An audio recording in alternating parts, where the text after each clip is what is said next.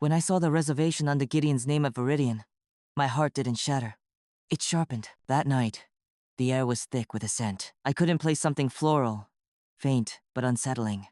The kind that lingers just long enough to unsettle your skin. I remember standing by the door of our modest kitchen, the hum of the fridge, the only sound around me, and feeling an unfamiliar chill crawl up my spine. It wasn't the first time I'd noticed something strange, but this was a moment carved in crystal clarity, and I knew everything would change after it. Our life, before the fracture, had the comforting rhythms of a well-played song. Gideon and I, married for nearly 10 years, had built a world of quiet routines and gentle familiarity. We lived in a sunlit apartment that smelled of cedar and coffee, where every morning began with the soft clink of mugs and his warm, sleepy, morning love. The kind of small tenderness that felt ordinary, but was, in fact, the threads holding everything together. I worked from home writing for a small publishing house, and Gideon commuted to his job as a marketing director. Our evenings often blurred into quiet dinners, a shared bottle of wine, and the low flicker of a crime drama on TV. Sometimes we'd talk about our dreams, travels we'd take, or projects we hoped to start. We had no children, just the two of us, which made our bond feel even more intimate. A private universe. The scent of freshly ground coffee, Gideon's habit of squeezing my hand when I got nervous, the way he'd wrinkle his nose when he was deep in thought, all of it was etched in me. Our life was, to outsiders, perfectly ordinary. But ordinary, I learned, can hide fractures no one expects. It started with small changes, almost invisible, like a hairline crack in a porcelain vase. Gideon came home later than usual, citing extra work. His phone buzzed in the pocket more often, a light blinking insistently. He grew distracted, a little distant, like a photograph, slowly losing focus. At first, I told myself it was nothing. Stress, deadlines, maybe even a new project that needed his attention. I clung to the familiar patterns, to the belief that our love was solid and unshakable. But deep down, a whisper started growing, a voice inside my chest that couldn't be ignored. One afternoon, I noticed a lipstick stain on his collar. Not the faint, accidental kind, but bold, unmistakable. When I asked, he said it was a prank from a colleague, laughing it off, but the laughter felt brittle, not quite reaching his eyes. There was a weekend when he suddenly had a business trip that wasn't on the calendar. I tried to call him, but he didn't answer until late. When he finally picked up, his voice was clipped, defensive. The warmth I was used to was gone, replaced by a cold caution that left me hollow. I started watching him more closely, his gestures, the way his fingers lingered on his phone, the hurried text messages he deleted when he thought I wasn't looking. I caught myself reading between the silences, the pauses, the hurried changes of topic. Each small detail tightened the knot inside me, a slow burn that grew heavier with every passing day. I didn't want to believe it, but my heart knew before my mind was ready to admit Gideon was hiding something. The moment of discovery was less dramatic than I imagined it would be. No shattering glass, no screamed accusations, just a reservation. I was sorting through emails on his laptop, not looking for secrets, but for a document he'd promised me weeks ago. That's when I saw it. An email confirmation from Viridian, an upscale restaurant we had never been to, reserved under his name for that very night. What made my chest tighten wasn't the dinner itself. It was the name on the guest list, buried in the details. Lena. Lena was not just a stranger. She was the woman I'd seen him mention once in passing, a coworker whose name lingered like a shadow every time he talked about work. But I never thought much of it until now. I stared at the screen, the world around me fading into silence. The smell of coffee, the distant hum of the city, the ticking clock, all of it became a backdrop to the storm breaking inside me. I didn't cry. I didn't scream. I simply closed the laptop and looked at Gideon, who was standing behind me, unaware that everything had just shifted beneath our feet. In that moment, I knew I had a choice. I could confront him with anger, with pain, with tears. But I wanted something else. I wanted control, clarity, a way to expose the truth not just to myself, but to everyone who needed to see it. That's when the plan began to take shape, a plan born not of revenge, but of revelation. I decided to invite Beckett, the other woman's husband, to the same dinner, under a false pretense. A quiet, surgical unveiling of the betrayal that Gideon thought he'd kept hidden. It wasn't about making noise. It was about making truth undeniable. Preparing for that evening, I felt a strange calm. The scent of fresh jasmine tea filled my apartment as I rehearsed the invitation I'd sent to Beckett, a man I didn't know, but whose pain I instinctively understood. Every detail mattered. The tone of my voice, the carefully chosen words that would mask the real purpose of the dinner. I wasn't a woman scorned. I was a woman reclaiming her story. When Beckett accepted, I saw in his eyes the same quiet storm I felt inside. Two strangers, bound by a shared betrayal, stepping into the same room where everything would be laid bare. And that night, at Viridian, under the soft glow of chandeliers and the hum of quiet conversations, our lives unraveled. But from those ruins, something unexpected began to grow. The evening of the dinner arrived with the kind of quiet tension that presses against your skin. Heavy and unavoidable. I remember stepping out of the elevator on the 12th floor, the polished marble floors reflecting the soft golden light from the chandeliers. The smell of polished wood mixed with subtle hints of vanilla and aged wine wrapped around the Viridian like a secret. I was dressed simply a deep emerald dress that hugged me just enough without shouting. I wanted to look composed, collected, not a woman drowning in pain, but a woman who had already taken control of the narrative. Gideon arrived shortly after me, his usual confident smile tight around the edges. His eyes scanned the room, landing on me briefly, though I caught no warmth there. Something brittle, like a thin sheet of ice ready to crack. Beckett came in last. I barely recognized him at first, his usual casual ease replaced by a tight jaw and eyes that carried a weariness I knew all too well. He gave me a cautious nod when our eyes met across the table. No words yet. We were both holding back, waiting. The waiter came, and Gideon placed the reservation card on the table.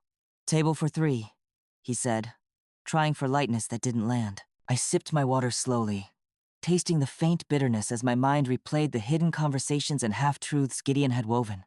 The silence stretched long enough to feel like a presence. Finally, Beckett broke it. "So what's this about? Ilara, you said it was urgent." I met his gaze steadily. "I needed us to be here together. For truth's sake." Gideon's eyes flickered, something like panic hidden under practiced calm. "Ilara, no," I interrupted, voice steady but quiet.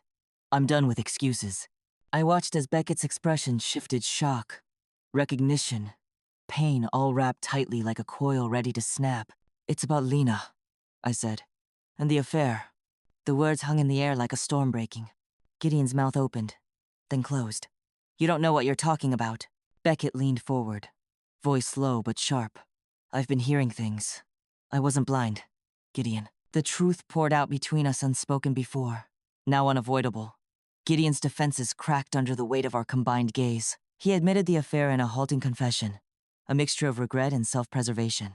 I saw Beckett's hands clench, his knuckles whitening as the betrayal settled over him like a dark cloud. "I want a divorce," I said quietly, more to myself than anyone else. Neither Gideon nor Beckett spoke.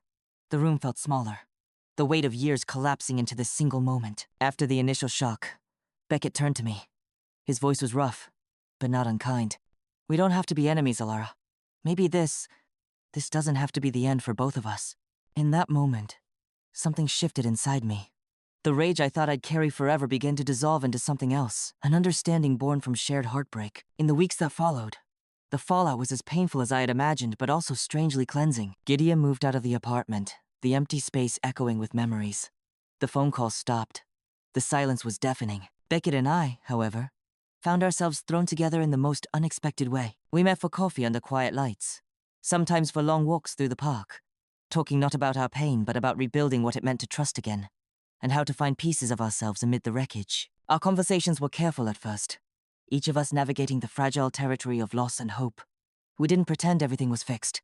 We knew it wasn't. But slowly, a bond formed, not the desperate clinging of two wounded souls, but a deliberate, respectful connection. I learned about Beckett's kindness beneath his quiet demeanor, the way he held his daughter's hand tightly after the news, his fierce determination to protect what little he could salvage. He learned about my love for quiet mornings, the way I cherished small acts of kindness, and how deeply I longed for honesty. We found laughter, too soft, healing laughter that surprised us both. Healing is never linear. There were nights I cried alone, moments when bitterness crept back in, but I clung to the small truths we built together. That betrayal, as devastating as it is, does not have to define us. The divorce was finalized quietly, without drama. I sold the apartment and moved into a smaller place, a fresh start scented with lavender and hope. Beckett became a steady presence in my life, not a replacement for what was lost, but a symbol of what could still grow. Together, we discovered that trust could be rebuilt, not by ignoring the past, but by facing it with honesty and courage. There was a moment, not long after the divorce was finalized, when I realized just how much I had been holding my breath. It was a quiet Saturday morning, sunlight spilling in through the sheer curtains, the scent of fresh rain lingering in the air. I sat on my small balcony, the metal railing cool beneath my fingers, watching the city wake up slowly around me. For the first time in months, I felt a deep, steady breath fill my lungs, not one of relief, exactly, but something softer, more hopeful. That morning, I thought about all the pieces I'd had to gather the fragments of my shattered trust, the shards of my self-worth, the jagged edges of grief and anger, and I realized something. None of it had been wasted. Before everything changed, Gideon and I shared a life that looked like the one people envy quietly in their minds. Not perfect, but comfortable. We had routines that felt safe, like the way he'd always kiss my forehead before heading out the door, the smell of his cologne lingering on my clothes for hours after he left, the lazy Sunday afternoons spent curled up reading. But beneath the surface, I'd missed the signs, subtle, almost invisible things that I pushed aside. His sudden late nights, the quick messages he'd delete when I walked into the room, the way his eyes sometimes didn't meet mine when I asked simple questions. I had wanted to believe that love could cover all cracks, that the foundation was strong enough to hold whatever storm came our way. I was wrong. The suspicion crept in slowly, like fog rolling over the hills on a cool morning. I remember the day I first noticed the lipstick stain on his collar. It was faint, but unmistakable, a deep, rich red. When I pointed it out, Gideon laughed it off, saying it was a joke from a colleague. But his eyes told a different story, uneasy, guarded. The weekend he claimed to be on a business trip but wasn't on any official calendar made me uneasy too. His phone would buzz constantly, and he'd hide the screen when I walked by. I tried to ignore it, telling myself I was imagining things. But my heart knew better. The moment of discovery wasn't a scene from a movie. It was quiet, almost mundane. I was looking for a document on his laptop, something he promised me weeks ago, when I stumbled on an email confirmation for a dinner reservation at Viridian, a place I'd never heard him mention. The reservation was for that very night, under his name, and there was a guest listed, Lena. Lena, the woman I barely knew, but whose name suddenly felt like a knife twisting in my chest. I didn't cry. I didn't scream. I just sat there, the silence around me thick and heavy. When Gideon walked in moments later, unaware that I had seen the truth, the room felt smaller, and the weight of betrayal hung between us like a dense fog. I made a choice that night not to confront him with anger or tears, but to take control. I reached out to Beckett, Lena's husband, under the guise of wanting to meet about a mutual concern. I didn't tell him the real reason, but when he agreed, I felt the first flicker of a plan forming a way to expose the truth where it couldn't be ignored. The dinner at Viridian was a turning point. The soft glow of chandeliers, the quiet murmur of other diners, and the smell of aged wine set the stage for a confrontation that was more about clarity than chaos. When Beckett arrived, the tension between us was palpable but silent. Gideon's confidence cracked under the weight of our shared presence. I spoke calmly, revealing the affair with a quiet strength that surprised even me. Beckett's pain was raw, but tempered by a strange kind of understanding. He wasn't there to lash out, but to bear witness. The aftermath was difficult, but necessary. Gideon moved out, taking with him the remnants of the life we once had. Beckett and I found ourselves unexpectedly allied, two strangers linked by betrayal but determined to rebuild. Our conversations were tentative at first. Shared coffees, long walks, moments of quiet reflection. We didn't rush healing. There was bitterness and sorrow, but also moments of laughter and hope. I learned about Beckett's fierce loyalty to his daughter, the quiet kindness that belied his tough exterior. He learned about my love for small, peaceful moments, the smell of jasmine tea, the feel of warm sunlight on my skin. Together, we discovered that trust could be rebuilt not by forgetting the past, but by facing it honestly. The public unraveling of Gideon's secret was something I never sought out. I wasn't interested in spectacle or drama, but as the truth spilled into the open, it became impossible to keep hidden. And maybe, in the end, that was the kindest part of all. After that dinner at Viridian, whispers began. Colleagues, friends, even casual acquaintances started noticing the sudden absence of Gideon from usual circles. Lena's once constant social media posts grew quieter, more withdrawn. Beckett's stoic silence in public was a quiet statement of dignity. I was careful not to spread gossip. The truth, after all, wasn't mine to broadcast. It was a wound we all shared, raw and tender. Yet, the walls we'd built around our lives started to crumble. At work, I found the atmosphere subtly shifting. Some people looked at me with sympathy, others with guarded curiosity, but no one outright judged, perhaps because betrayal is a story many have lived, in one form or another, and they knew how delicate the aftermath could be. One evening, as I left the office, I overheard two colleagues discussing the news in hushed tones. Did you hear about Gideon and Lena? It's all over the place now. I paused for a moment, listening not because I wanted to, but because I had to know what was being said. They say Beckett is surprisingly graceful about the whole thing. Better than I would be. Graceful. The word stuck with me. I realized then that this was about more than just me, or Gideon, or Beckett. It was about how we chose to respond, whether we fell into bitterness or rose with dignity. There was one night, weeks after the confrontation, when I met Beckett again. We sat in a quiet cafe, the air filled with the scent of espresso and old books. He looked at me, eyes soft but tired.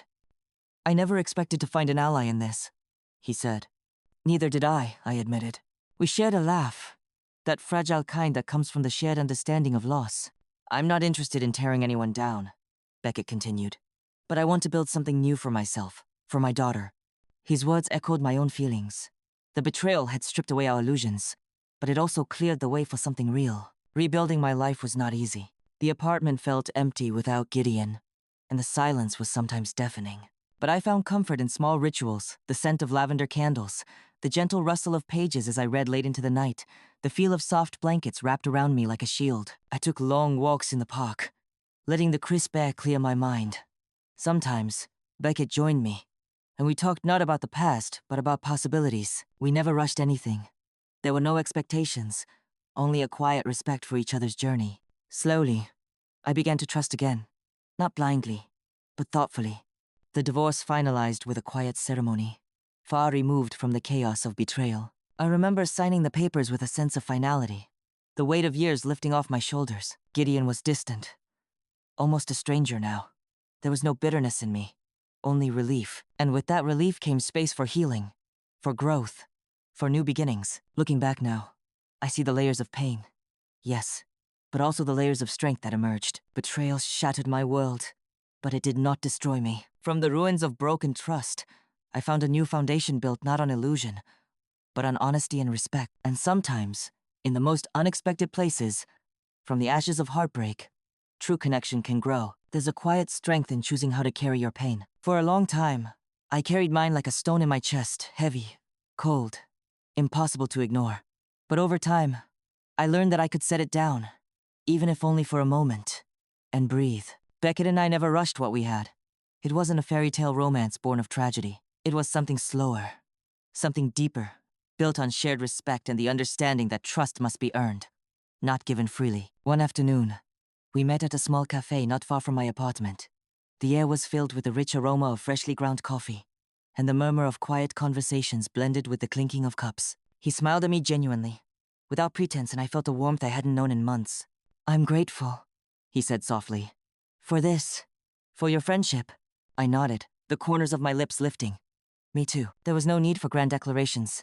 Just two people, quietly rebuilding, one step at a time. Of course, not every day was easy. There were mornings when the ache of betrayal returned with the sunrise, when loneliness wrapped around me like a cold blanket. But I found strength in routines.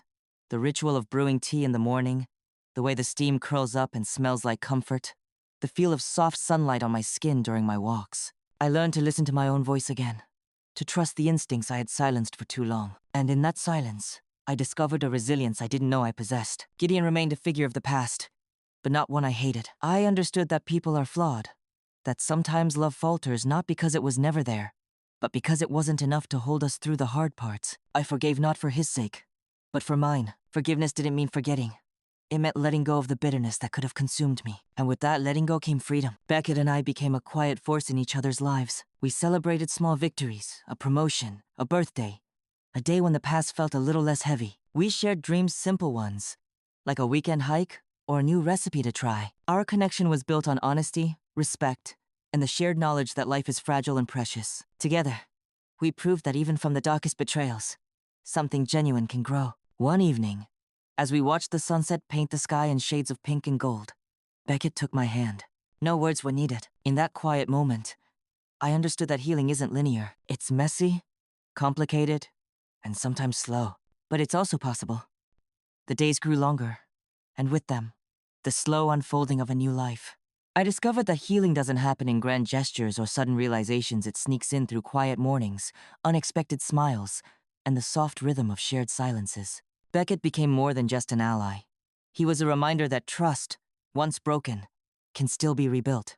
Not overnight, and certainly not without effort, but with patience and honesty. One afternoon, we found ourselves at a small art gallery opening, surrounded by soft colors and whispered conversations. The room smelled faintly of oil paint and varnish, mingling with the subtle scent of fresh flowers. I watched Beckett study a painting, a chaotic swirl of blues and grays, his brow furrowed in concentration. "Reminds me of how things felt after the betrayal," he said quietly.